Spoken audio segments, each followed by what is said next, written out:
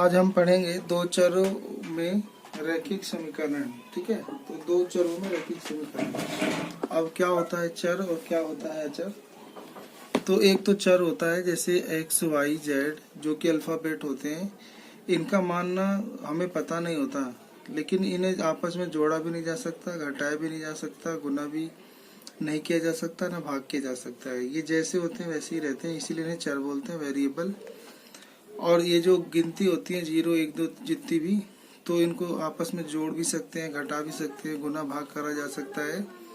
और इनका मान जो है वो स्थिर रहता है, जोड़ने घटाने के बाद ही ये सब मान बदलते हैं। तो ये है अचर, तो इन्हें बोलते हैं नॉन वेरिएबल। तो एक्स और वाई ये दो चर राशियां होती है। ठीक है, तो समीकरण कोई ऐसा मिले आपको a x plus b y plus c बराबर 0, जहाँ ए बी सी वास्तविक संख्याएं हो, रियल नंबर हो।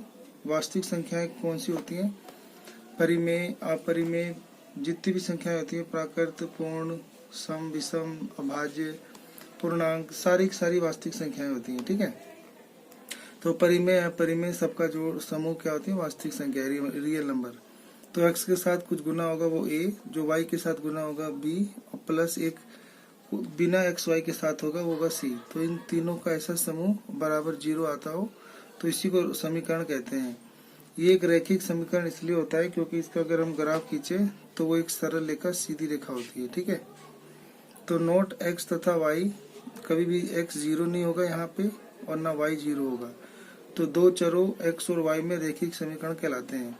तो जब एक्स और वाई 0 ना हो, दोनों 0 ना हो, और a x plus b y plus c बराबर 0 का झुंड हो, मतलब ऐसा समीकरण हो, तो उसी को दो चर वाला या दो चरों में रैखिक समीकरण कहते हैं।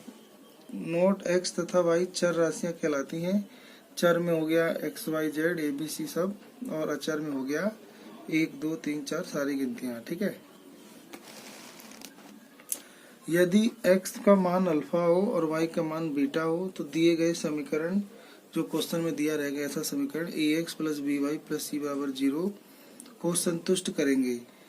तो संतुष्ट करेंगे अगर ऐसा लिखा आता है तो x की जगह अल्फा रख देंगे, तो हम इस x की जगह अल्फा रख देंगे और y की जगह बीटा पुट कर देंगे। तो y की जगह हटाकर, y को हटाकर बीटा रख देंगे, और इनको सोल्व करने पे आंसर 0 आएगा। तो ये संतुष्ट करेंगे। ठीक है, माना दो समीकरण आपको मिलेगा a1x plus b1y plus c1 बराबर 0, और एक दूसरा समीकरण मिलेगा a2x plus by2 b2y plus c2 बराबर 0। ऐसे दो समीकरण मिलेंगे, तो उनके अंदर तीन संबंध हो सकते हैं। ठीक है, तो पहला संबंध कि जब वो दोनों रेखाएं एक दूसरे को काटेंगे। यह समीकरण एक रेखा को इंगित करती है जो ग्राफ में खींची जाती है, ये भी रेखा को इंगित करती है जो ग्राफ पर तल पर खींचा जाता है। अब क्योंकि ये दोनों या तो एक दूसरे को एक बिंदु पे काटेंगे, तो जब समीकरण का, यानी इन दोनों समीकरण का एक अद्वितीय हल होगा, यानी अद्वितीय माने जिसके जैसा कोई नहीं, सिर्फ एक हल, सिर्फ अकेला। तो सिर्फ अकेला या एक हल होगा, तो वो तब होगा जब a1/a2 का अनुपात बराबर नहीं आना चाहिए, नॉट इक्वल टू b1/b2 का अनुपात। दूसरा, एक रेखा के ऊपर एक और रेखा सट के जाएगी, ऊपर से होके जाएगी। तो एक रेखा के ऊपर एक और रेखा जाएगी, तो उसको संपाती रेखा कहते हैं। ठीक है, कोइंसिडेंट लाइन। तो समीकरणों का अनंत हल होगा, यानी जब एक रेखा के ऊपर एक और रेखा जा रही हो तो उसका अनंत हल, यानी बहुत सारे हल होते हैं, परिमित रूप से अनेक हल होते हैं, अनंत हल होते हैं। तो वैसा तब होता है जब इन दोनों समीकरणों में a1/a2 का अनुपात बराबर हो b1/b2 के, और b1/b2 का अनुपात बराबर हो c1/c2 के। और वही समीकरणों का कोई हल नहीं होता जब वो ऐसे समांतर जा रही होती, क्योंकि ये काटती नहीं एक दूसरे को, तो कोई हल या परिणाम नहीं देंगी। तो समीकरण का कोई हल नहीं होगा यदि a1/a2 तो बराबर हो b1/b2 के, लेकिन बराबर नहीं हो c1/c2 के। तो यानी सिर्फ पहले वाला ही इम्पोर्टेंट है, क्योंकि इसी के सवाल ज्यादातर होते हैं, इसके उतने संभव नहीं होते। इनके बस ग्राफ खींचे जा सकते हैं। इनके ग्राफ खींचोगे तो संपाती एक लाइन के ऊपर एक और रेखा होगी, और ये दोनों की समांतर रेखा होगी, जिनके हमेशा बीच की दूरी बराबर होती है। और ये वाले का ऐसा बनेगा कि वो दोनों रेखाएं एक दूसरे को ऐसे काटेंगी। ठीक है, अब यहाँ से हम कुछ नोट पढ़ेंगे कि दो समीकरणों ये दो समीकरण ऐसा दिया रहेगा जिसमें a1x b1y प्लस बराबर 0 और a2x प्लस b2y बराबर 0 होगा। तो दो समीकरण ऐसा जब होगा तो नंबर 1 उनका हल केवल, यानी ऐसे समीकरणों का हल केवल x का मान भी 0 देगा, y का मान भी 0 देगा, और वो भी तब होगा यदि a1/a2 का अनुपात बराबर नहीं आता हो b1/b2 के, और वही अगर अनुपात बराबर आता होगा तो उसके अनेक हल होंगे। ठीक है, जब समीकरण ऐसा होगा जिसमें c1 और c2 नहीं होंगे। ठीक है, अब हम यहाँ पे कुछ संख्यात्मक प्रश्न को हल करेंगे। ठीक है, कह रहा है यदि 3x प्लस 7y बराबर में 75 और 5x माइनस 5y बराबर में 25 हो, ये दो समीकरण हो, तो x प्लस y का मान क्या होगा। तो अब इन दोनों समीकरणों को आपको सोल्व करना होगा। ठीक है, तो दोनों समीकरणों को हल कर देंगे। तो आपने सीखा होगा 10वीं में कि इसको हल करने की 3 विधियां होती हैं, प्रतिस्थापन विधि, वज्रगुणन विधि और विलोपन विधि। ठीक है, elimination method, cross multiplication method और सब्स्टिट्यूशन मेथड। तो हम यहाँ पे पढ़ेंगे आज विलोपन विधि। ठीक है, विलोपन विधि में पहला जो समीकरण होता है हम उसको लिख लेते हैं 3x प्लस 7y बराबर 75, और दूसरा समीकरण भी हम लिख लेते हैं जो कि है 5x माइनस 5y बराबर में 25। हम ना x को बराबर करने की कोशिश करते हैं। x को कब बराबर कैसे कर सकते हैं, इस 5 को ऊपर गुना कर देंगे तो 5 या 15, और इस 3 को नीचे वाले समीकरण से गुना कर देंगे तो ये भी 5 या 15 हो जाएगा। तो बस अब हम क्या करेंगे, इसमें हम 5 गुना कर देंगे, इसमें हम 3 गुना कर देंगे, तो ये हो जाएगा 5 या 15x प्लस 5 सते 35y, और 75 को 5 से करेंगे, 25 का 5 हासिल 2, 5 सते 35 2 37, और ये हो जाएगा 5 या 15, 3 5 15, 25 या 75। इसको बस जोड़ देंगे, समीकरण 1 और 2 जोड़ देंगे विलोपन विधि से। जोड़ने से नहीं हो पाएगा, घटाना पड़ेगा। तो समीकरण 1 में से ये समीकरण 1 है, ये 2 है, समीकरण 1 में से 2 घटा देंगे, घटाने से यहाँ माइनस, और ये माइनस था तो प्लस, ये प्लस था तो माइनस जाएगा, ये कट जाएगा, ये आपका जोड़ के हो जाएगा 50y बराबर, ये 375 में से 75 कट जाएगा तो 300, ये काट दोगे तो y का मान 6 आ जाएगा। y का मान 6 आ गया, इसको हम समीकरण 1 में रख देंगे, तो y का मान समीकरण 1 में रख देंगे। ठीक है, तो 3x प्लस 7y था, तो 7 गुना y का मान 6 बराबर 75, तो 6 से 42 हो जाएगा, तो 3x बराबर 75 माइनस 42, इसे घटा देंगे तो ये हो जाएगा 33। अब ये 3 से कट जाएगा तो x का मान हो जाएगा 11, तो x का मान हो जाएगा 11 और y का मान 6। तो हम क्या निकालना था, x प्लस y का मान, तो आंसर जाएगा 11 जमा 6 17 आंसर हो जाएगा। ठीक है, ऐसे लिखा है कि यदि x प्लस 1/y बराबर 5 और 2x प्लस 3/y बराबर में 3 हो, तो 2x घटा 3y का मान क्या होगा। तो ये समीकरण 1 है, ये 2 है, तो हम ना देख सकते हैं कि इसको यहाँ 3 गुना कर दें तो ये इसके बराबर हो जाएगा और ये घट के कट जाएगा y। ठीक है, तो हम क्या करेंगे, समीकरण 1 में 3 गुना कर देंगे तो ये जाएगा 3x, और यहाँ 3 गुना करेंगे तो 3/y, और ये 3 5 15 हो जाएगा समीकरण 1। इसको ऐसे ही रहने देंगे, 2x प्लस 3 बट्टे में y बराबर में 13।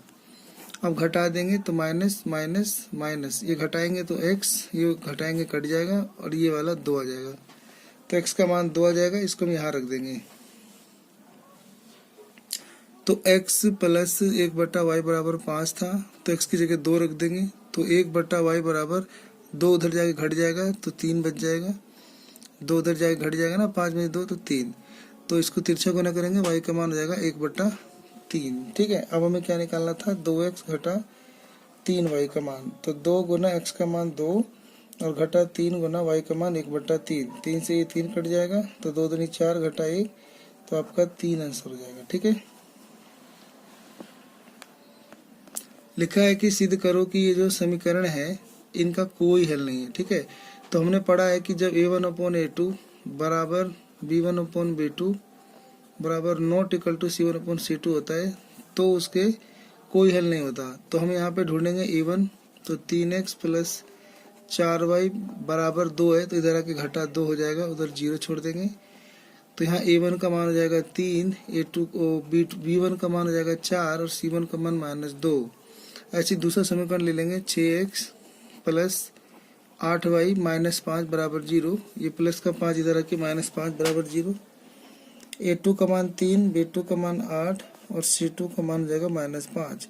अब हम A1/A2 ऐसे रख के देखेंगे तो A1 कितना है 3/3, तो 3/3 ये हो जाएगा आपका 4/8 और ये हो जाएगा आपका घटा 2/5। ये कट के 1 आ जाएगा, ये कट के 1/2 आ जाएगा।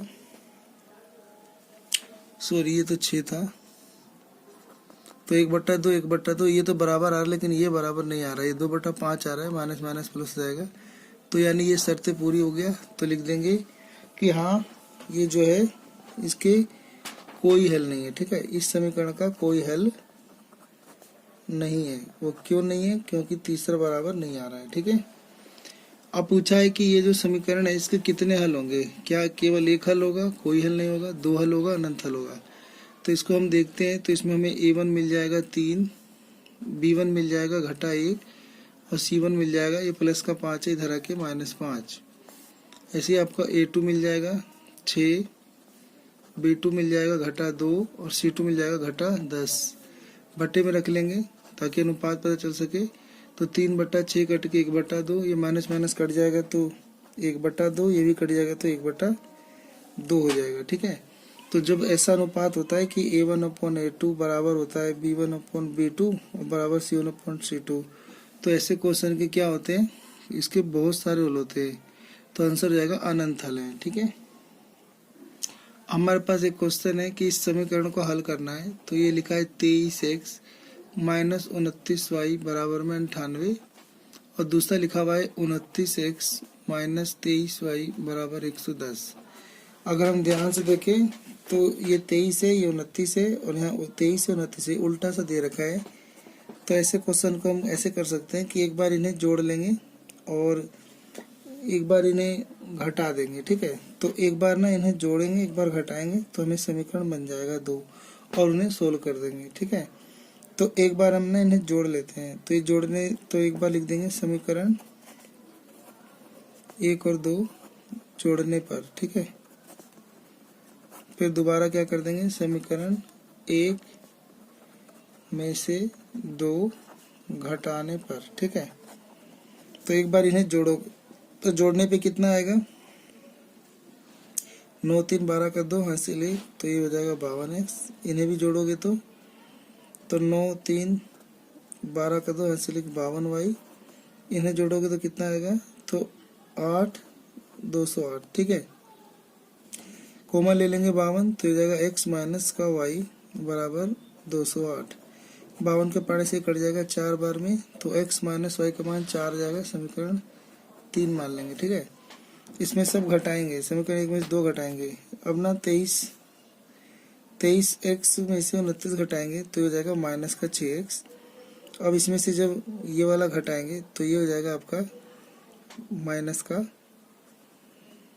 6y और जब इसमें से आप ये घटाएंगे तो जाएगा माइनस का 12।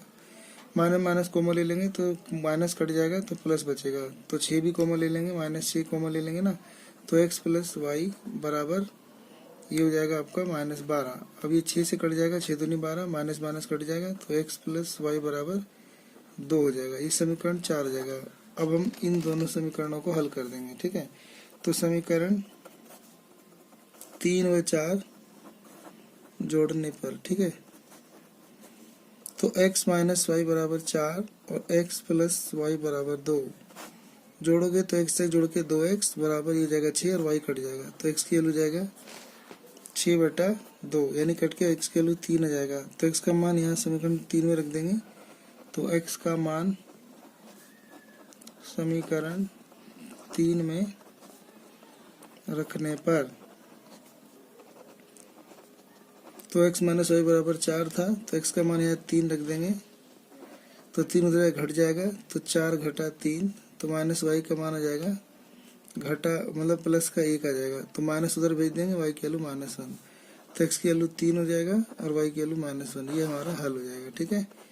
हम इस हल की जांच भी कर सकते हैं। कैसे कर सकते हैं, तो x और y का मान आप यहाँ रख दीजिए, ठीक है। तो 23 गुना x का मान 3 आया और y का मान क्या आया, तो घटा 1 आया। तो आप रख दोगे तो जोड़ने पे 98 आएगा। 23 तिया गुना करो 69 और ये माइनस माइनस प्लस 29, इन्हें जोड़ोगे तो 98 आ गया। तो इससे पुष्टि हो जाएगी, ठीक है, कि हमने क्वेश्चन सही किया है।